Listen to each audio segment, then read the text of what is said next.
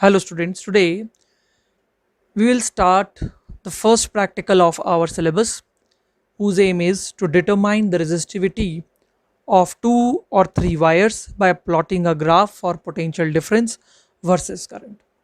तो हम लोग अपना पहला एक्सपेरिमेंट स्टार्ट करेंगे आज, जिसका एम है कि हमें रेजिस्टिविटी निकालनी है दो या तीन तरह की वायर्स की। हम लोग दो वायर्स की निकालेंगे और रेजिस्टिविटी निकालने के लिए हम लोगों को ग्राफ प्लॉट करना होगा किन दोनों चीज़ों के बीच में। एक तो पोटेंशियल डिफरेंस जो हम वायर के अक्रॉस लगाएंगे, और करंट जो उस वायर में से फ्लो करेगा। और इन दोनों के बीच का जब ग्राफ बनेगा तो पहले रेजिस्टेंस कैलकुलेट होगा और फिर हम स्क्रू गेज और मीटर स्केल की मदद से डायमीटर और लेंथ निकालेंगे रिस्पेक्टिवली, और उससे हमारी रेजिस्टिविटी कैलकुलेट होगी। इस एक्सपेरिमेंट को करने के लिए जो हमारे को अपरेटस रिक्वायर्ड रहेगा, या हम कौन कौन से डिवाइसेस और अपरेटस इसमें यूज़ करेंगे, उसके बारे में बात कर लेते हैं। We will need a battery eliminator, a milliammeter, a voltmeter, a rheostat, a connecting wire which is basically a copper wire जिसके ऊपर अभी थ्रेड की इंसुलेशन आपको इस समय दिख रही है, और एक रेजिस्टेंस वायर। अदर हम कह सकते हैं कि हम या तो एक ही वायर की दो अलग अलग लेंथ ले सकते हैं, या फिर हम दो अलग अलग तरह की वायर, जैसे कि हम लोग हमारे पास जो अवेलेबल दो तरह की वायर होंगी। फ़िलहाल आपको पिक्चर में नाइक्रोम वायर दिख रही है, लेकिन नाइक्रोम के अलावा हम लोग कॉन्स्टेंटन वायर भी यूज़ करेंगे। तो हम दो तरह की अलग अलग वायर लेंगे जिसकी हम रेजिस्टेंस कैलकुलेट करेंगे, फिर रेजिस्टिविटी निकालेंगे। तो इसे हम रेजिस्टेंस वायर बोलते हैं, जो आमतौर पे एलॉय की बनी होती है। बाकी डिटेल हम अभी जब एक्सपेरिमेंट करेंगे तब डिस्कस करेंगे। Screw gauge to find the diameter of the wire, this you have also studied in class 11th। आपने इसको यूज़ करना सीखा हुआ है 11th में।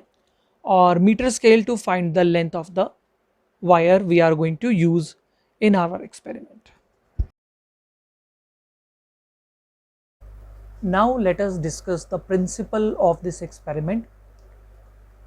This experiment is based on the basic thing that we have studied in Ohm's law, कि Ohm's law हमें क्या बताता है। कोई भी कंडक्टर में से जो इलेक्ट्रिक करंट फ्लो कर रहा होता है वो पोटेंशियल डिफरेंस के डायरेक्टली प्रोपोर्शनल होता है, अगर बाकी सारी चीज़ें फिजिकल स्टेट या फिर टेम्परेचर या प्रेशर जैसी कंडीशंस क्या रहें, कांस्टेंट रहें, अनचेंज रहें। So we know that according to Ohm's law I is proportional to V, और we can write as V is proportional to I। और V प्रोपोर्शनल टू I है तो हमें अगर प्रोपोर्शनल हटाना है तो हमें कोई कांस्टेंट लगाना पड़ेगा, and that constant we say R, and R is the constant of proportionality which is known as the resistance of the conductor. Okay, अगर हम V को वोल्ट्स में और करंट I को एम्पियर्स में एक्सप्रेस करते हैं तो R की वैल्यू ओम्स में आती है। और आपको पता है कि हर किसी गिवन मटेरियल के लिए अगर हम करंट और वोल्टेज दोनों को चेंज करें, बट R की वैल्यू बिकॉज वो कांस्टेंट ऑफ प्रोपोर्शनैलिटी की तरह आई है, वो कांस्टेंट रहेगी। नाउ ये जो R है, जो कांस्टेंट ऑफ प्रोपोर्शनैलिटी है, वो अलग अलग मटेरियल्स के लिए जिनके अलग अलग डायमेंशंस होंगे उनके लिए डिफरेंट डिफरेंट वैल्यूज़ रखेगा। जैसे कि मान लो अगर हमारे पास एक वायर है जिसका यूनिफॉर्म क्रॉस सेक्शन है और उसकी जो लेंथ है वो L है और area of cross section A है, तो रेजिस्टेंस हम जानते हैं कि डायरेक्टली प्रोपोर्शनल होगा लेंथ के और इन्वर्सली प्रोपोर्शनल होगा एरिया ऑफ क्रॉस सेक्शन के। ये थ्योरी में हमने फॉर्मूला पढ़ा हुआ है, R is equal to rho L upon A।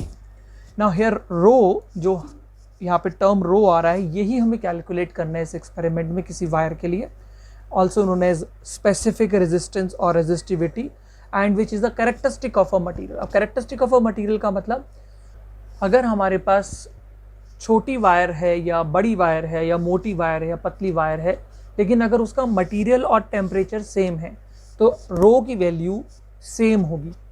अगर मान लीजिए हमारे पास कॉपर या किसी भी मटेरियल मेटल की एलॉय या एलॉय की वायर है और हम उस वायर को छोटा कर दें, बड़ा कर दें या पतला कर दें या मोटा कर दें, अगर टेम्परेचर सेम है तो उसके रो की वैल्यू सेम होगी।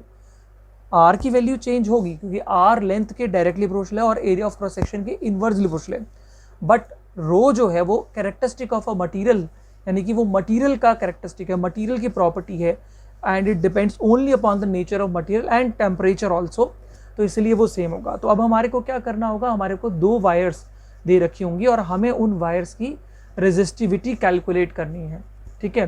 और उसको करने के लिए हम लोग क्या करेंगे देखते हैं।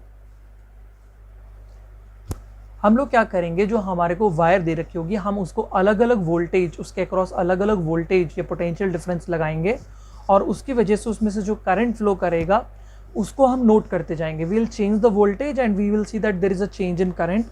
और इन सभी पॉइंट्स को जब हम प्लॉट करेंगे so will see that the graph will almost a straight line या स्ट्रेट लाइन आएगा। और स्ट्रेट लाइन आना ओम्स लॉ को वेरीफाई करता है।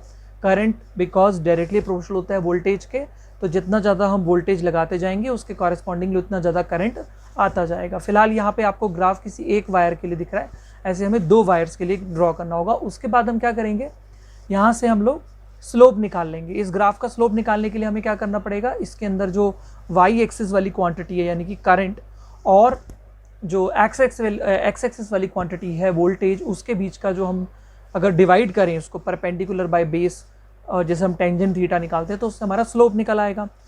और अगर आप ध्यान से देखेंगे आपका स्लोप क्या है, change in current by change in voltage, यानी कि आई अपॉन वी को कॉरेस्पॉन्ड कर रहा है, जबकि रेजिस्टेंस क्या होता है वी अपॉन आई। इसका मतलब ये अगर हम इसका स्लोप निकाल रहे हैं तो हम लोग एक तरीके से इस वायर या जो भी वायर के ऊपर ये एक्सपेरिमेंट किया गया है उसके रेजिस्टेंस का रेसिप्रोकल फाइंड आउट कर रहे हैं। तो अगर हम इसका स्लोप का रेसिप्रोकल निकाल लें, मतलब हम 1 बाय स्लोप कर लें, तो हमें वायर का रेजिस्टेंस पता चल जाएगा। और अगर हमें वायर का रेजिस्टेंस पता चल जाएगा तो अकॉर्डिंग टू दिस फॉर्मूला हम रेजिस्टेंस की वैल्यू को पुट करके, लेंथ की वैल्यू को पुट करके और एरिया ऑफ क्रॉस सेक्शन की वैल्यू को पुट करके रो निकाल सकते हैं। तो this is the basic principle that जो ओम्स लॉ हमारा लॉ है, जो बेसिक लॉ है that V is proportional to I और V is equal to IR, उससे हम लोग R कैलकुलेट करेंगे स्लोप वाले तरीके से और फिर R की वैल्यू को यहाँ पे पुट करके लेंथ हम वायर की निकालेंगे यूजिंग मीटर स्केल और एरिया ऑफ क्रॉस सेक्शन हम निकालेंगे स्क्रू गेज से डायमीटर कैलकुलेट करके। यहाँ से हमारे पास रेजिस्टिविटी कैलकुलेट होगी। तो हम इसी एक्सपेरिमेंट को 2 बार रिपीट करेंगे, 2 अलग अलग वायर के लिए, एक कॉन्स्टेंटन की वायर और एक नाइक्रोम की वायर, और उस तरीके से हमारे पास रेजिस्टिविटी कैलकुलेट हो जाएगी। Now let us actually go into the physics lab and see that how this experiment is being performed.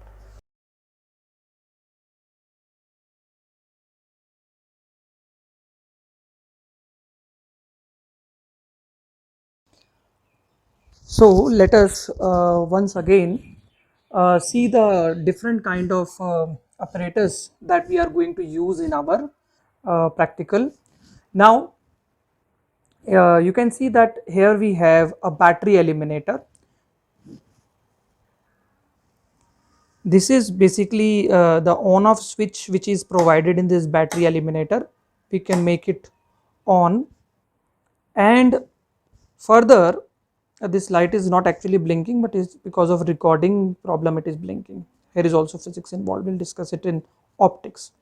Now what is the advantage of using this battery eliminator is that it is connected to the mains of our physics lab. We have this switch to which we can connect it, and the thing is that we are having AC in our homes or schools. हमारे schools और homes में क्या होता है, AC alternating current आता है और हम क्या करते हैं उसको इस बैटरी एलिमिनेटर की हेल्प से यू कैन सी दैट हम उसको DC में कन्वर्ट कर रहे हैं। DC में कैसे कन्वर्ट कर रहे हैं, देखो यहाँ पे जो आपको रेड कलर का कनेक्शन पॉइंट दे रहा है दिख रहा होगा, हम इसको क्या करेंगे, अभी ये कनेक्टिंग वायर्स हैं बेसिकली, हम इसको इसके साथ जब ज्वाइन करेंगे और नेगेटिव के साथ भी अभी हम जब सर्किट जोड़ के दिखाएंगे तो हम देखेंगे कि पॉजिटिव और नेगेटिव जो है ये एक बैटरी, जैसे आप समझ सकते हो जैसे हमारे पास ये एक बैटरी है, हम इसका भी इस्तेमाल कर सकते हैं इस एक्सपेरिमेंट में। We have basically 4 1.5 volt cells, so the whole setup is becoming 6 volt, and here you can see that there are connecting points where we can connect them positive and negative, जहाँ पे हम उसको positive और negative supply दे सकते हैं। But इसका एक advantage, ठीक है हम इसको कहीं भी कैरी कर सकते हैं, बट डिसएडवांटेज क्या है कि कुछ टाइम बाद हमें पता है कि ये जैसे जैसे हम इसको यूज़ करेंगे वैसे वैसे इसकी लाइफ कम होती जाएगी। बट ये जो बैटरी एलिमिनेटर है ये हमारे को AC को DC कन्वर्ट करके देगा, फर्स्ट थिंग। सेकंड थिंग, इसके साथ क्या प्रॉब्लम है, अब जैसे बैटरी मैंने 6 वोल्ट की बना दी तो बना दी, ठीक है, या हम इसके आधा वाला या डेढ़ के 2 बना सकते हैं, मतलब 1.5 1.5 के 3 वोल्ट बना सकते हैं, और हम 1.5 वोल्ट ले सकते हैं। लेकिन इसमें देखिए कितना अच्छा वेरिएशन हम लोगों को मिल रहा है, 2 वोल्ट, इसको हम रखेंगे तो ये 4 वोल्ट बन जाएगा यही सेटअप, यही सेटअप अगर हम इसको 6 पे लाएंगे तो 6 वोल्ट हो जाएगा, 8, 10, 12, तो वी कैन वेरी इट, ठीक है। हमें जितना डीसी चाहिए हम इसको नॉब को घुमा के इसके क्रॉस डीसी ले सकते हैं। तो this is the first thing that we are going to use in our experiment, battery eliminator. Instead of battery की जगह हम फिक्स बैटरी की जगह बैटरी एलिमिनेटर यूज कर रहे हैं, ठीक है। Next thing we have milliammeter. You can see that this is milliammeter. अभी हम इसके लीस्ट काउंट की बात भी करेंगे। तो ये मिली एम मीटर है और इसका काम है करंट को मेजर करना। इसको हम सीरीज में कनेक्ट करेंगे। वैसे मिली एम मीटर की जगह एम मीटर का भी इस्तेमाल किया जा सकता है एक्सपेरिमेंट में, लेकिन हमें ज़्यादा प्रिसीजन अगर चाहिए, हमें ज़्यादा स्मॉल करंट हम मेजर करना चाह रहे हैं, तो हम लोग क्या करेंगे, इस मिली एम मीटर का यूज करेंगे। Next is voltmeter. You can see that here I am having voltmeter, and you can see that what is its least count. If you see that this is 1, this is 0.5. Actually, if you have a close look, you will be able to see that it is 0.5 volt. And if you find the difference, that is 1 minus 0.5, that is 0.5, and divided by 10, because there are 10 divisions. You can see that there are 10 divisions between 0.5 and 1, or 1 on 1.5. So if you divide 1 minus 0.5 divided by 10, you will get 0.05.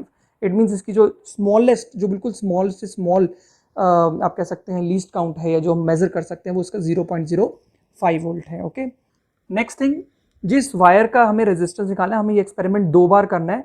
You can see that I am having 2 wires, this is first wire and this another wire. Okay, this comes like this bundle, and you can see that is a nichrome wire, but we are having 2 kind of wire. This is a nichrome wire, and this one is our you can say a constantan wire. दोनों alloy wire हैं, but इनका composition हम अभी discuss करेंगे, थोड़ा अलग होता है, ठीक है। और हमें 2 अलग अलग वायर्स के लिए वोल्टेज और करंट ग्राफ को बनाना है, ठीक है। अभी आप जो ये देख रहे थे, ये जो थ्रेड में लिपटी हुई वायर है, एक्चुअली में ये एमीटर है, वोल्टमीटर। भी जब सर्किट जोड़ेंगे तो हम लोग देखेंगे कि हम लोग इन वायर्स का इस्तेमाल करेंगे। What is this wire? This wire is basically connecting wire, and it is made up of copper.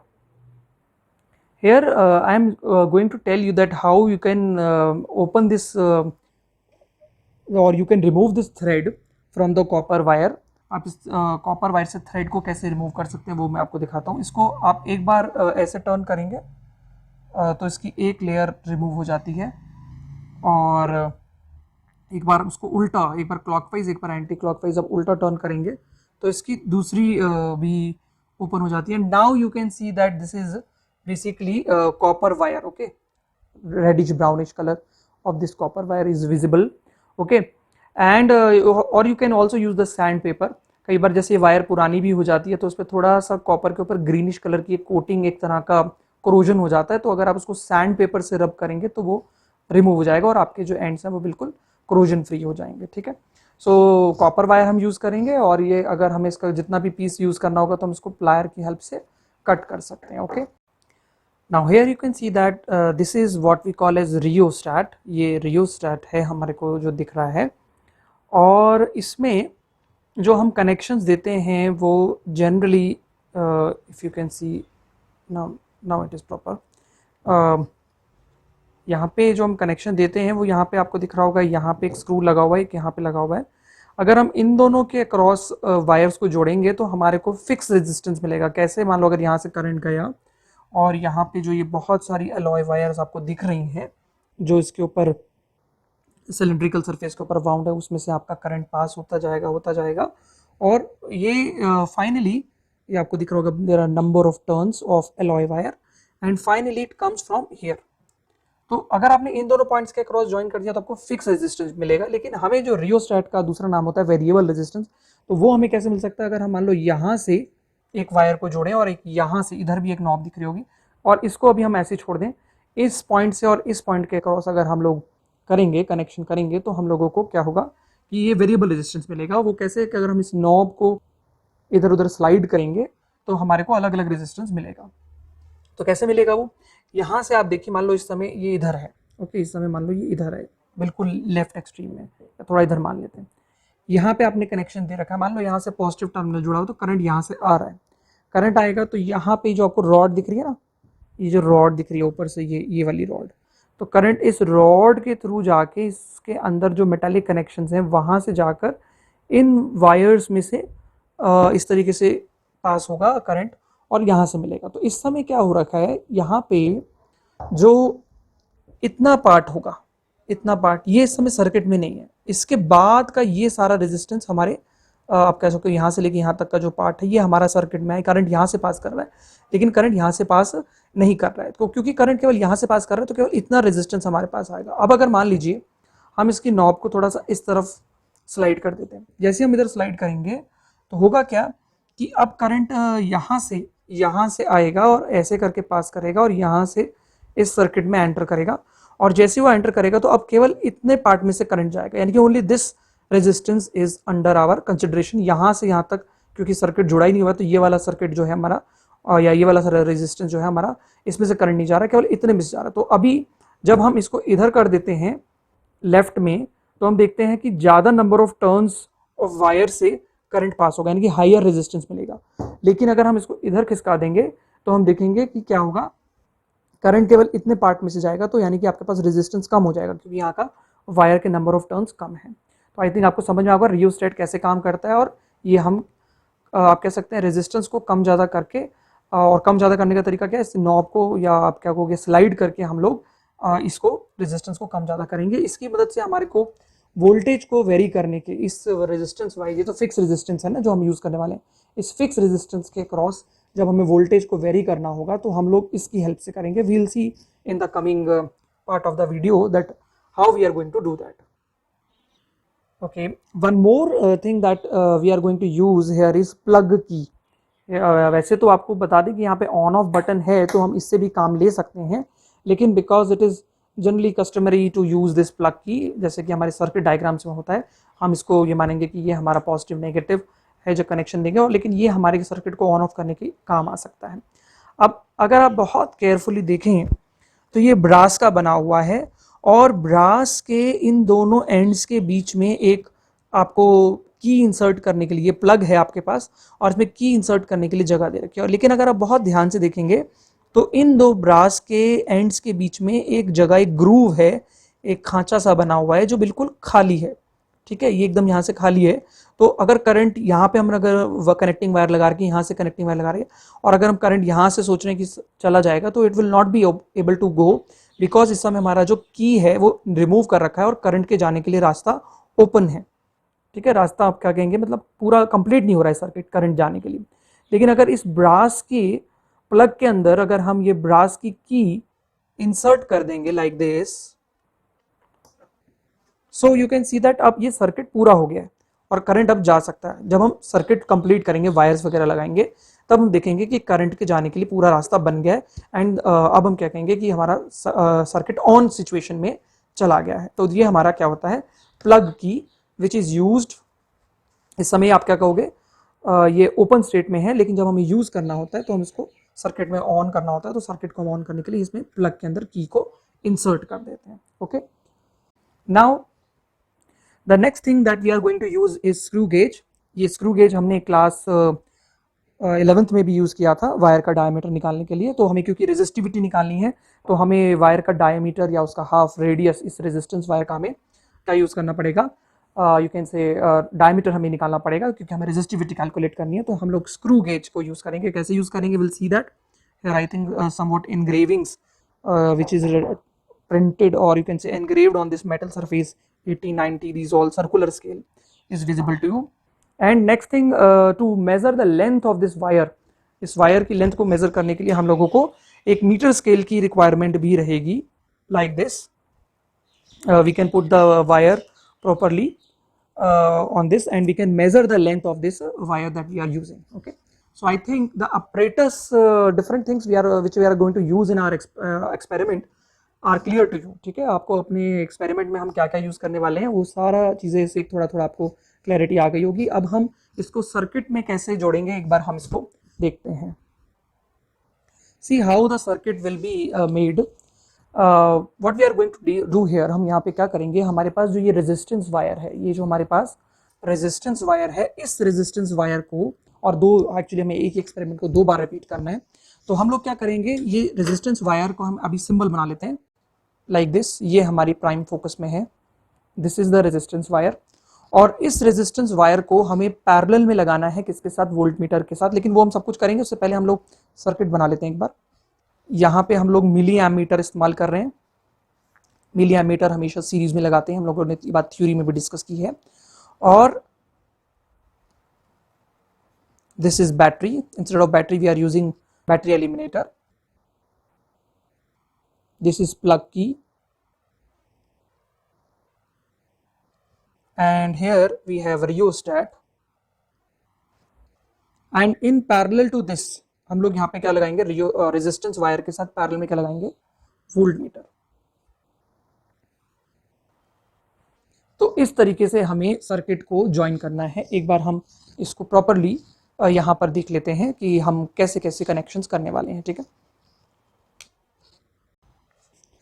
हम अपने सर्किट को ऐसे की जगह या इस तरह की जगह ऐसे भी दिखा सकते हैं, it is rather neat also. And what we have done कि यहाँ पे रेजिस्टेंस और वोल्ट मीटर पैरेलल में है, तो आप चाहें तो पहले वोल्ट मीटर दिखा दें इस तरीके से और उसके साथ पैरेलल में रेजिस्टेंस दिखा दें। So we can do this thing also. Now let us see that how we are going to connect the or will make the different connections as per our circuit diagram। आपको जब भी experiment करना हो उस तरह के, तो आप लोग क्या करेंगे, सबसे पहले अपने एक्सपेरिमेंट में सर्किट डायग्राम बनाएंगे और सर्किट डायग्राम के अकॉर्डिंग ही आप लोग अपने सारे कनेक्शंस करेंगे। So here you can see that this is our battery eliminator. अभी इसको हमने ऑफ स्टेट में रखा हुआ है और थोड़ा कलर आपको दिखाने में अगर वैसे हो रहा हो तो मैं आपको बता दूं, ऊपर वाला ये थोड़ा मरून से कलर का है and this is corresponding to the, और रेडिश कलर का है, तो ये पॉजिटिव को डिनोट कर रहा है। और इसमें भी ऐसे जो रेड और यू कैन से ब्लैक होते हैं, इसके अंदर red correspond to positive and black correspond to the negative terminal. Okay, we are using milliammeter for the time being and we are not using ammeter. Now let us see how the connection will be made. हम connections कैसे बनाएंगे एक बार हम इसको देखते हैं।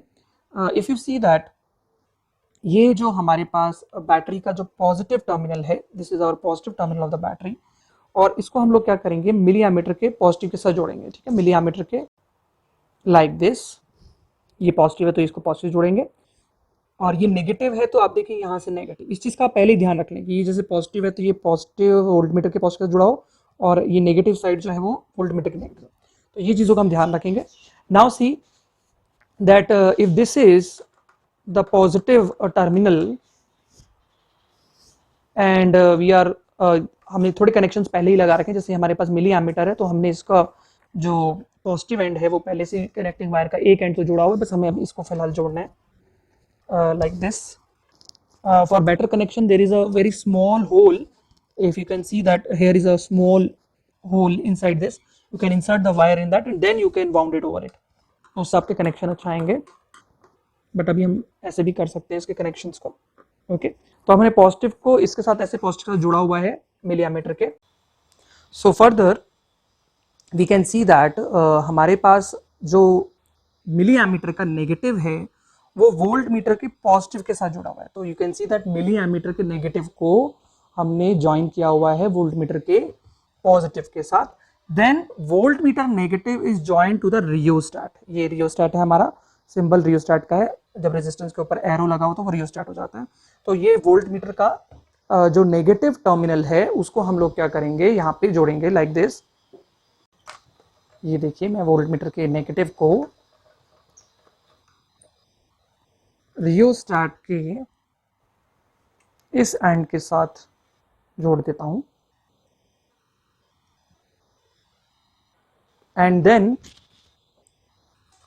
जो rheostat का दूसरा एंड है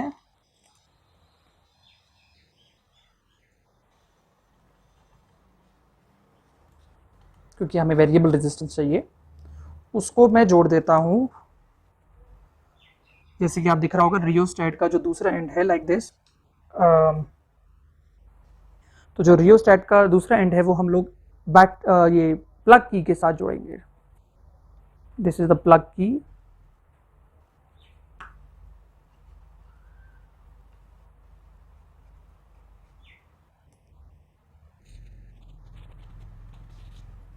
प्लग की में पॉजिटिव नेगेटिव नहीं होते, आप किसको भी किसी के साथ जोड़ सकते हैं।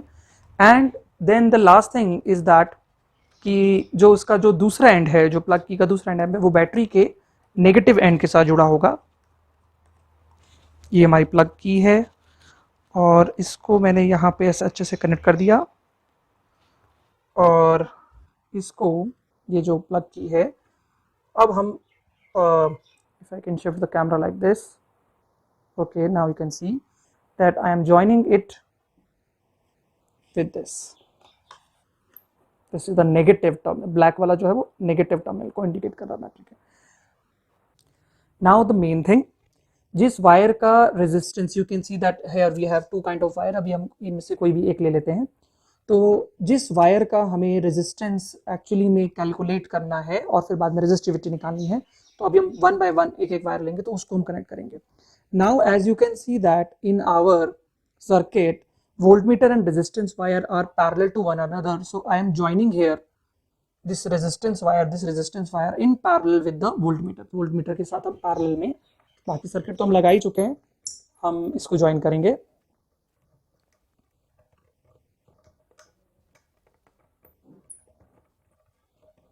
okay, like this, and then the another end of the wire is connected to the negative terminal of this.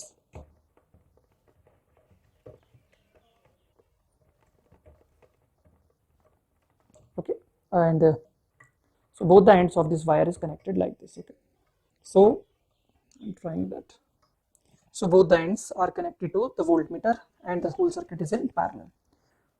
So let us once again revisit our circuit and see that all the apparatus are connected as per the circuit diagram. This is the positive of the voltmeter and it is connected to the milliammeter positive. आप देख सकते हो ये battery का positive है जो voltmeter के positive के साथ जुड़ा हुआ है। Then you can see that कि मिलीएमीटर का नेगेटिव वोल्टमीटर के पॉजिटिव के साथ जुड़ा हुआ है। मिलीएमीटर का जो ब्लैक वाला पार्ट है ये नेगेटिव है, ये हमने वोल्टमीटर के पॉजिटिव के साथ जोड़ा हुआ है लाइक दिस, कॉपर वायर की हेल्प से जो थ्रेड में कवर्ड है। और आप क्या कहेंगे, जो वोल्ट मीटर का नेगेटिव है वो रियोस्टैट के साथ जुड़ा हुआ है। तो ये आप देख सकते हैं वोल्ट मीटर का जो नेगेटिव है इस वायर के थ्रू रियोस्टैट के साथ जुड़ा हुआ है।